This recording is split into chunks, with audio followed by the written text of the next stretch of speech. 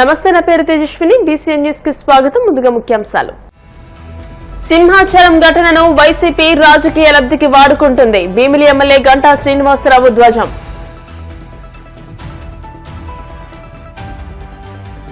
నరసరావుపేట ప్రభుత్వ area hospital వద్ద కోడెల శివప్రసాద్ విగ్రహావిష్కరణ. ముఖ్య అతిథిగా పాల్గొని నివాళులర్పించిన మంత్రి గొట్టిపాటి రవి. సెల్ ఫోన్లను దొంగిలించి యూపీఐ ద్వారా నగదును కొల్లగొడుతున్న సైబర్ ముఠా అరెస్ట్. ముగ్గురు నేరగాళ్ల నుంచి 90,200 రూపాయల నగదు స్వాధీనం చేసుకున్న పాలకొండ పోలీసులు.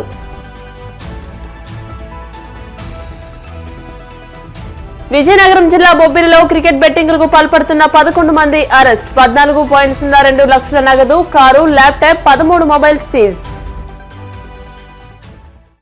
సింహాచలం అప్పన్నాలయంలో చందనోత్సవం వేళ కొండపై గోడ కూలిన ఘటనలో మరణాలు రాజకీయ హత్యలైతే వైసీపీ హయాంలో జరిగిన ప్రమాదంలో చోటు చేసుకున్న మరణాలు కూడా రాజకీయ హత్యలేనా అని భీమిలి ఎమ్మెల్యే గంటా శ్రీనివాసరావు ప్రశ్నించారు. వైసీపీ అధికారంలో ఉండగా ఆక్సిజన్ అందక రియా ఆసుపత్రిలో 11 మందికి, దేవీపట్నం బోట్ ప్రమాదంలో 12 మందికి, అన్నమయ్య ఆనకట్ట గేటు కూడిన ఘటనలో 39 మందికి 10 లక్షల చొప్పున మాత్రమే వైసీపీ ప్రభుత్వం పరిహారాన్ని అందించిన విషయాన్ని ఆ పార్టీ నాయకులు గుర్తు చేసుకోవాలి అన్నారు.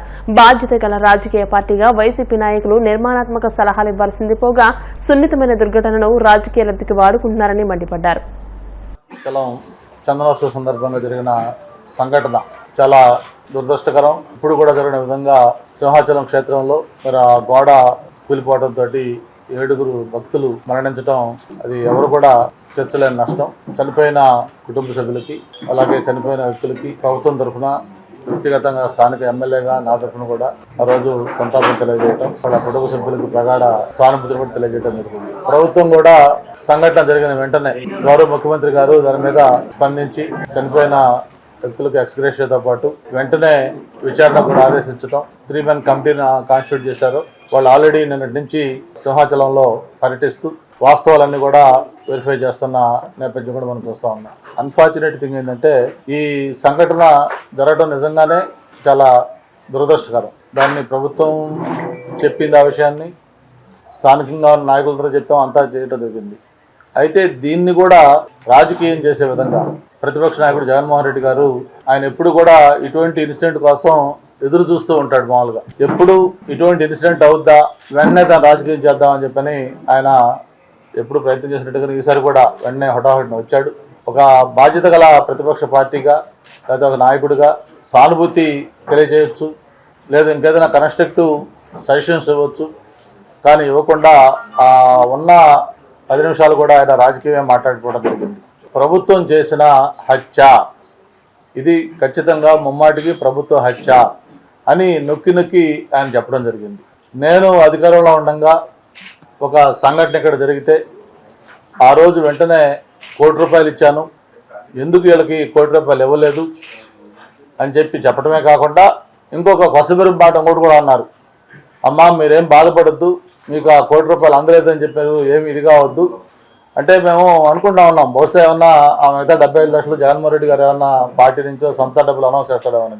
రేపు మళ్ళీ నేను అధికారంలోకి వచ్చిన తర్వాత మీకు ఆ బ్యాలెన్స్ డబ్బులు ఇస్తానని చెప్పని ఒక చిన్న జోక్ కూడా చెప్పడం జరిగింది. ఆయన ఆల్మోస్ట్ ఆల్ చావు తప్పి కన్ను లట్టపోయింది. ఆయన 11 సీట్లతోటి ఒక చరిత్రలో కన్నీ విని ఎరిగిన ఘోర పరాజయంతో ఆయన ఎలక్షన్లో ఓడిపోయిన తర్వాత మళ్ళీ నేను అధికారంలోకి వచ్చి నేను మీకు బ్యాలెన్స్ డబ్బులు ఇస్తానని చెప్తే అది ఏదో దింపుడికి వెళ్ళాం ఆశ అంటారు. ఏదన్నా చనిపోయి మామూలుగా తీసుకెళ్లేటప్పుడు మళ్ళీ కొంత దూరం పోయినాక ఆ శవాన్ని దించి ఏదో ఆయన పేరు చెప్పి లెగు అంటే ఎట్లా ఎంత లెగరో అలాగే ఈరోజు వైఎస్ఆర్ పార్టీ మళ్ళీ అటువంటి పరిస్థితిలో ఉన్న పార్టీ.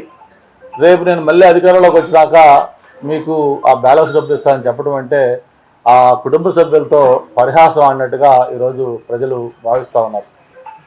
అంతేకాదు నిన్న స్థానిక విశాఖపట్నంలో ఉన్న నాయకులు, వైఎస్ఆర్ పార్టీ నాయకులు, మరి వాళ్ళ పేర్లు కూడా మనకు అనవసరం, ఇప్పుడు అంతమంది నాయకులందరూ కూడా ఆ సంఘటన జరిగిన ప్రాంతానికి వెళ్ళారు.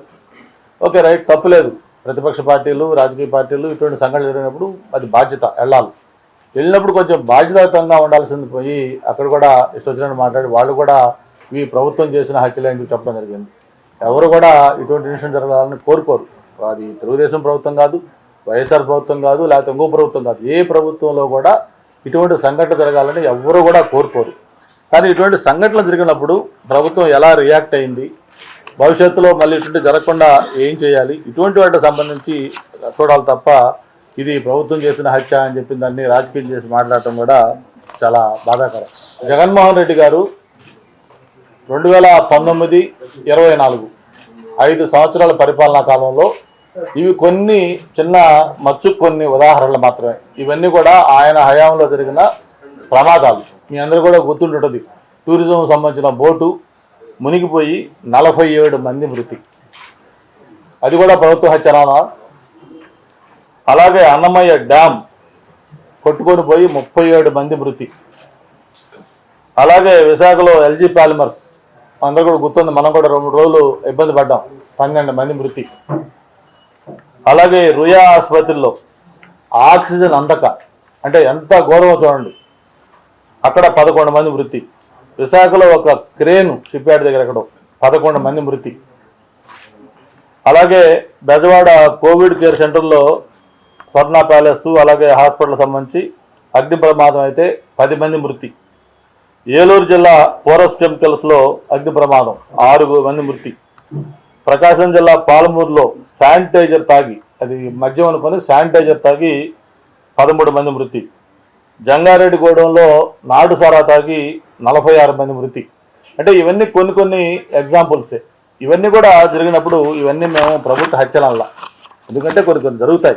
ఒక ఉమ్మడి విశాఖ పరిధి, ఈ ఉమ్మడి విశాఖ పరిధిలో తీసుకుంటే పరిశ్రమల్లో, అది ఓన్లీ పరిశ్రమల్లో 2019-20 13 ప్రమాదాలు జరిగాయి, 17 మంది చనిపోయారు. 2020-21 9 ప్రమాదాలు జరిగితే 31 మంది చనిపోయారు. 21-22 సంవత్సరాల్లో 11 ప్రమాదాలు జరిగితే 12 మంది చనిపోయారు. 2022-23 6 ప్రమాదాలు జరిగితే 11 మంది చనిపోయారు. 2023-24 4 ప్రమాదాలు జరిగితే 20 మంది. అంటే ఇది కేవలం ఉమ్మడి విశాఖ జిల్లాలో పరిశ్రమల్లో జరిగిన ప్రమాదాల్లోనే ఇంతమంది ఈ 5 ఏళ్లలో వైఎస్ఆర్ ప్రభుత్వం కాలంలో చనిపోయారు. అంటే దేన్ని ప్రభుత్వ హత్య అంటారంటే, నిజంగా ఏదన్నా దాంట్లో ప్రభుత్వం టోటల్ ఫెయిల్యూర్ అయిపోయి కొన్ని జరిగిన ఎక్కడన్నా జరిగితే అటువంటి అంటారు తప్ప, దీని అసలు ప్రభుత్వ హత్య అంటానికి రాజకీయంగా వాళ్ళు ఎంత దిగజారుతున్నారో దీన్ని అర్థం చేసుకోవాలని కూడా కోరుకుంటా ఉన్నాను. ఏదైతే ₹1 కోటి పరిహారం ఇవ్వాలని చెప్పిన కూడా జగన్మోహన్ రెడ్డి గారు అన్నారు. జగన్మోహన్ రెడ్డి గారితో పాటు వాళ్ళ పార్టీ నాయకులు అన్నారు.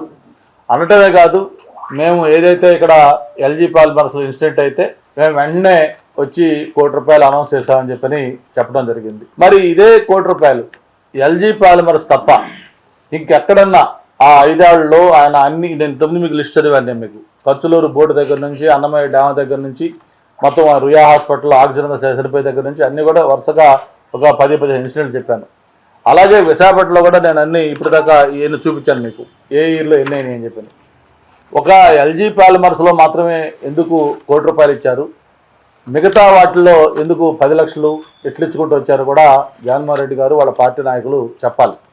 ఎల్జీ పాలిమర్స్ కానీ, లేకపోతే మనం ప్రభుత్వం అధికారంలో వచ్చిన తర్వాత కూడా ఒక ఇండస్ట్రియల్ యాక్సిడెంట్ అయింది, ఎసెన్షియా ఫార్మా అని. ఆ ఎసెన్షియా ఫార్మా రీసెంట్గా యాక్సిడెంట్ అయినప్పుడు అక్కడ దాంట్లో చనిపోయారు, మొత్తం 18 మంది చనిపోయారు. ఇది 21/8/2024లో అనకాపల్లి సెజ్లో జరిగింది, ఎసెన్షియా ఫార్మా. అక్కడ కూడా మనం ప్రభుత్వం వెంటనే స్పందించి వాళ్ళకి చనిపోయిన వాళ్ళకి ఆ రోజు ₹1 కోటి ఇవ్వడం జరిగింది. అంటే ఒక ఇండస్ట్రియల్ యాక్సిడెంట్కి, ఒక పుణ్యక్షేత్రంలో ఒక గోడ కూలి మరణించిన దానికి 2 ఒకే ఘాట కట్టేసేసి, అంటే వీళ్ళ ప్రాణాలు విలువైనవి కాదనట్లా, ఎవరైనా ప్రాణమే. కానీ ఒక ఇండస్ట్రియల్, ఒక ప్రైవేటు ఇండస్ట్రీ ఉంటే ఆ ఇండస్ట్రీ వాళ్ళ దగ్గర కలెక్ట్ చేసి ఏదో ఒక సందర్భంలో ₹1 కోటి ఇస్తే దాన్ని ఒక బెంచ్ మార్క్ కింద పెట్టి రాష్ట్రంలో జరిగిన ప్రతి సంఘటన కూడా ₹1 కోటి ఇవ్వాలి అని చెప్పిన దాన్ని రాజకీయం చేసే విధంగా మాట్లాడటం ఇక్కడ తప్పని చెప్పిన కూడా నేను తెలియజేస్తాను. తెలుగుదేశం పార్టీ సీనియర్ నాయకుడు నవ్యాంధ్ర తొలి సభాపతి, మాజీ మంత్రి స్వర్గీయ కోడెల శివప్రసాదరావు జయంతి సందర్భంగా నరసరావుపేట పట్టణంలోని ప్రభుత్వ ఏరియా ఆసుపత్రి ఆవరణలో కోడెల విగ్రహావిష్కరణ జరిగింది. ఈ కార్యక్రమానికి మంత్రి గొట్టిపాటి రవికుమార్ ముఖ్య అతిథిగా పాల్గొని విగ్రహాన్ని ఆవిష్కరించారు. వైద్యునిగా, తిరుగులేని నాయకుడిగా ఆయన ప్రజలకు అందించిన సేవలను ఈ సందర్భంగా ఆయన కొనియాడారు.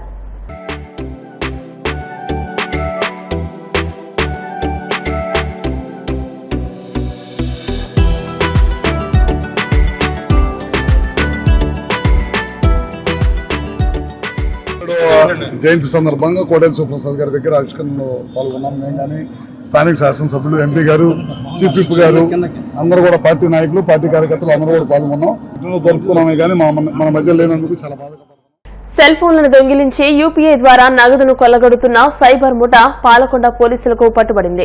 3 సైబర్ నేరగాళ్లను అరెస్ట్ చేసి వారి నుంచి 90,200 రూపాయల స్వాధీనం చేసుకున్నట్లు పార్వతీపురం మన్యం జిల్లా పాలకొండ డీఎస్పీ ఎం రాంబాబు వెల్లడించారు. గత నెల 20వ తేదీన బామినికి చెందిన నారాయణరావు అనే వ్యక్తి పాలకొండ పట్టణంలోని ఓ ఏటీఎం కేంద్రానికి వచ్చాడని, అక్కడ ఆయన సెల్ ఫోన్ ను సైబర్ నేరగాళ్లు దొంగిలించారని తెలియజేశారు.